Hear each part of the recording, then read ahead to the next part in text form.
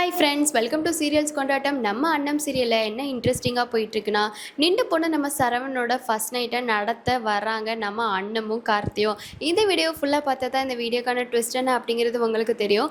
அதுக்கு முன்னாடி நம்மளோட சேனலை நீங்கள் சப்ஸ்கிரைப் பண்ணாமல் பார்த்தீங்கன்னா சப்ஸ்கிரைப் பண்ணிக்கோங்க. கிட்ட இருக்கிற பெல்லைக்கான டச் பண்ணி ஆல்னு கொடுத்தீங்கன்னா நாங்கள் போடுற எல்லா வீடியோஸுமே உங்களுக்கு வந்துடும். வாங்க இப்போ நம்ம வீடியோக்குள்ளே போகலாம். நம்ம ரம்யாவை மறுவீடுக்கு கூட்டிகிட்டு போயிட்டாங்க. நம்ம அண்ணமும் கார்த்திக்கும் ரம்யா கால் பண்ணி ஒரு மிரட்டலை விட்டுருப்பாங்க.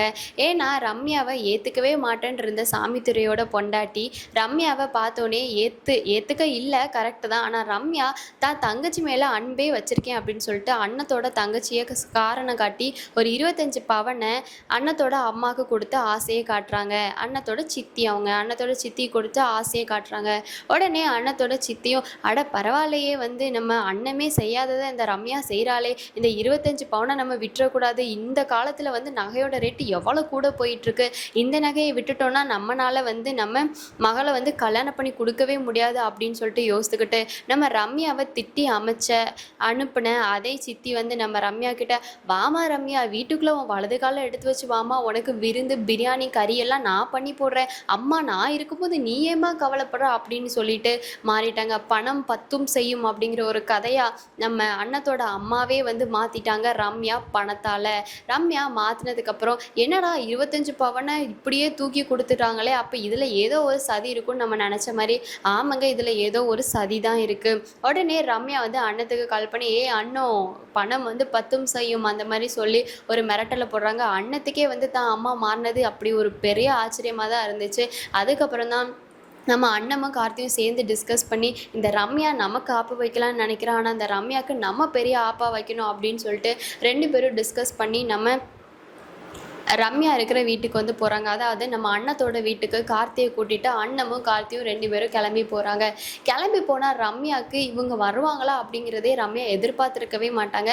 ஆனால் அவங்க 2 பேரும் வந்ததுக்கப்புறம் ரம்யாவுக்கு பெரிய ஷாக்கு. உடனே சாமித்துறைக்கும் பெரிய ஷாக் ஆகிட்டு சாமித்துறை அண்ணத்தை பார்த்து வீட்டுக்குள்ளே வந்ததும் வராதவுமா அண்ணத்தை பார்த்து சாமித்துறை கேட்குறாங்க, ஏய் உன்னை யாரடி இந்த வீட்டுக்குள்ளே வர சொன்னால், நீ எதுக்கிட்டு இந்த வீட்டுக்குள்ளே வர, உனக்கும் இந்த வீட்டுக்கும் எந்த சம்மந்தமும் இல்லை, நான் பெத்தெடுக்காத தேர் ரம்யா தான், நீ ஒன்றும் கிடையாது, ஒழுங்கா மரியாதை வீட்டை விட்டு வெளியே போ அப்படின்னு சாமித்துறை சொல்ல, அண்ணன் யோ யாரை வீட்டை விட்டு போக சொல்கிற, இதென்ன நீ கட்டின வீடா, இது என்னோட வீடு, நான் பிறந்து வளர்ந்த வீடு, என்னோட வீட்டை விட்டு என்னால் போக முடியாது, உனக்கு போகணுன்னா நீ வெளியே போ அப்படின்னு சொல்லிட்டு அண்ணன் ரொம்ப கோவமாக அப்பான்னு கூட பார்க்காம பேசிடுறாங்க. உடனே சாமித்துறைக்கு மூக்கு வேர்த்திருச்சு. ஆனால் நம்ம சாமித்துறையோட அண்ணன் எதனால் இந்த தைரியத்தோடு பேசினாங்க அப்படின்னா, அம்மா நமக்கு என்னதான் நகை மேலே ஆசை வச்சு ரம்யா பக்கம் சாஞ்சாலும் நம்ம மேலே அம்மாவுக்கு கண்டிப்பாக பாசம் இருக்கும், அதனால நம்ம அம்மா நம்மளை வெறுக்க மாட்டாங்க, வீட்டை விட்டு அனுப்ப மாட்டாங்க அப்படின்னு சொல்லிட்டு தான் அண்ணன் யோசிச்சிருப்பாங்க. ஆனால் ரம்யா பண்ண சதினால அண்ணத்தோட அம்மாவே மாறுவாங்க அப்படிங்கிறத அண்ணன் துளி கூட நினச்சி பார்த்துருக்க மாட்டாங்க. அப்போ தான் அண்ணத்தோட அம்மா, அண்ணன் அதான் அப்பா சொல்கிறாருல, ஒழுங்காக வெளியே போ வீட்டை விட்டு அப்படின்னு சொல்லிடுறாங்க. அப்போயே நம்ம அண்ணத்துக்கு ரொம்ப மனசு உடஞ்சி போயிட்டு அண்ணத்துக்கு அழுகை தேம்பி வர்ற அளவுக்கு இருக்கு. ஆனால் அண்ணன் அழுகையை அடக்கி வச்சுட்டு, அம்மா என்ன பார்த்தாம்மா நீங்கள் இப்படி சொல்கிறீங்க, நான் வீட்டுக்குள்ளே வரக்கூடாதா, நான் என்ன வீட்டோடு துரத்திட்டு இந்த ஒரு நாயை வீட்டுக்குள்ளே வச்சுக்கிற அளவுக்கு உங்களுக்கு என்ன வெறுத்துட்டிங்களா, அப்படி உங்களுக்கு பணம் கண்ணை மறைச்சிட்டா அப்படின்னு சொல்லி கேட்க, நம்ம ரம்யாவோட அம்மாவாக இருக்கிற அதாவது நம்ம அண்ணத்தோட அம்மா அண்ணோ தேவையில்லாமல் பேசிகிட்டு இருக்க, யாருக்கு பண ஆசை, எனக்கு ஒன்றும் பண ஆசைலாம் கிடையாது, நீ ஒருத்தவனை உனக்கு நிச்சயம் பண்ணிவிட்டு அடுத்து நீ இன்னொருத்தவனை கல்யாணம் பண்ணிட்டு போனவ தானே, நீ எனக்கு அசிங்கத்தை தானே தந்து கொடுத்த அப்பா சொன்ன மாதிரி, அதனால இனிமேல் நீ என்னோட பொண்ணு கிடையாது, என்னோட தங்க தேரான ரம்யா தான் என் பொண்ணு அப்படின்னு சொல்லிட்டு ரம்யாவை சாமித்துறை தான் தூக்கி வச்சு ஆடினதும் இல்லாமல் நம்ம அண்ணத்தோட அம்மாவுமே தூக்கி வச்சு ஆடுறாங்க. இதை கேட்டால் நம்ம அண்ணத்துக்கு என்ன பண்ணுறதுனே தெரில. உடனே அண்ணன் அப்படியே தலையை குனிச்சிட்டு திரும்பி போகிறாங்க. உடனே ரம்யாவுக்கு ரொம்ப பெரிய சந்தோஷம்.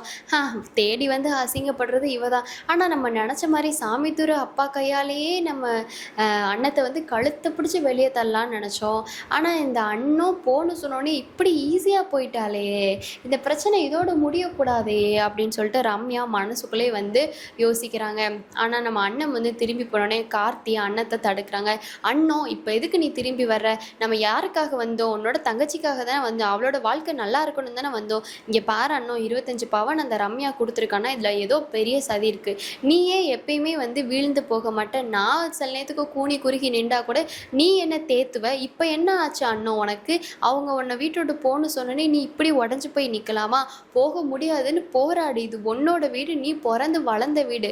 இந்த வீட்டுக்காக நீ இந்த வீட்டுக்குள்ளே வர்றதுக்கு உனக்கு முழு உரிமையும் இருக்குது. நீ போராடி உன் தங்கச்சி, நீ ஃபஸ்ட்டு உன் தங்கச்சிக்கிட்ட பேசு. உன் தங்கச்சி உன்னை வேண்டான்னு சொல்லிட்டான்னா நீ இந்த வீட்டை விட்டு போயிரு அப்படின்னு சொல்லிட்டு கார்த்தி வந்து அண்ணத்துக்கிட்ட சொல்ல, அண்ணன் வந்து சரிங்க, சரி சின்னத்தா, நீங்கள் சொல்கிறது கரெக்டு தான். நம்ம ஒரு வார்த்தை வந்து தங்கச்சிக்கிட்ட கேட்கலாம் அப்படின்னு சொல்லிட்டு திரும்ப ரிட்டன் போகிறாங்க. உடனே ரம்யா வந்து அதானே பார்த்தேன், இந்த அண்ணன் சும்மா வீட்டை விட்டு போயிடுவாளா? எப்படியோ நம்ம நினச்சது இன்றைக்கி நடக்க போகுது. சாமித்துறை அப்பா கையாலே அண்ணத்தை கழுத்தை பிடிச்சி வெளியே தள்ள போகிறாங்க. இந்த கார்த்தி சண்டை போட போகிறா. ஒரே குடும்பமே வந்து குதூகலமாக தான் இருக்க போகுது அப்படின்னு சொல்லிட்டு நம்ம ரம்யா வந்து மனசுக்குள்ளே வந்து யோசிக்கிறாங்க.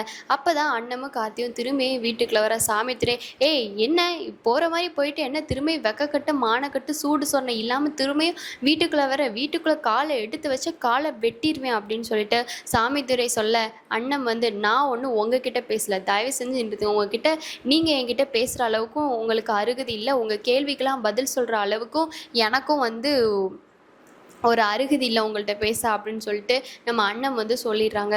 சொன்னதுக்கப்புறமா வந்து நம்ம அண்ணத்தோட தங்கச்சி வந்து நிற்கிறாங்க. அவங்க வந்து அண்ணத்தை அக்கா அப்படின்னு சொல்லிட்டு ஏக்கமாக பார்க்குறாங்க. அப்போ தான் அண்ணன் அவங்கள பார்த்து, இங்கே பாரு மீனா, நீ சொல்லு, நான் இந்த வீட்டுக்குள்ளே வரணுமா வரக்கூடாதா? நீ சொல்லு, நீ சொல்கிறதுல தான் இருக்கா அப்படின்னு சொல்லிட்டு சொன்னோடனே அண்ணத்தோட தங்கச்சியும், அக்கா நீ தான்க்கா எனக்கு ரொம்ப பிடிக்கும். இப்போ வந்தவங்களெல்லாம் அக்காலாம் என்னால் ஏற்றுக்க முடியாதுக்கா.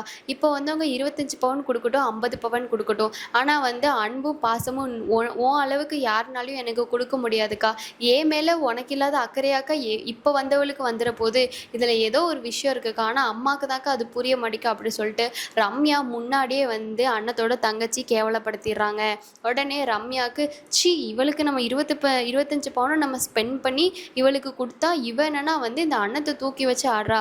கூடிய சீக்கிரமே உன்னையும் நான் என் பக்கம் இழுக்கிறேன் அப்படின்னு சொல்லிட்டு மனசுக்குள்ளேயே அண்ணத்தோட தங்கச்சியை பற்றி யோசிச்சுட்டு இருக்காங்க. உடனே அண்ணத்தோட தங்கச்சி அண்ணத்தை வீட்டுக்குள்ளே கூப்பிட்டோன்னே நம்ம அண்ணத்தோட அம்மானால எதுவுமே சொல்ல முடியாது. ஏன்னா அண்ணத்தோட அம்மா வந்து அண்ணத்தோட தங்கச்சி மேலே ரொம்ப உயிரே வச்சுருக்காங்க.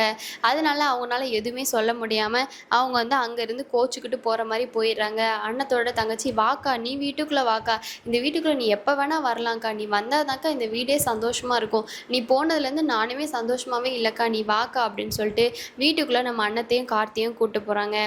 இதுதான் நடக்குது. இதுக்கப்புறம் என்ன நடக்க போகுது அப்படின்னு உங்களுக்கு தெரிஞ்சிச்சுன்னா கமெண்ட்ஸ் மூலமாக ஷேர் பண்ணுங்கள். நம்ம கார்த்தியை உங்களுக்கு பிடிக்கும் அப்படின்னா கார்த்தி சூப்பர் அப்படி சொல்லிட்டு கமெண்ட் பண்ணுங்கள். நம்ம அண்ணத்தை உங்களுக்கு பிடிக்கும்னா அண்ணன் சூப்பர் அப்படி சொல்லிட்டு கமெண்ட் பண்ணுங்கள். இந்த வீடியோ பிடிச்சிச்சு அப்படின்னா கண்டிப்பாக லைக் பண்ணுங்கள். நெக்ஸ்ட் வீடியோவில் பார்க்கலாம். டடா.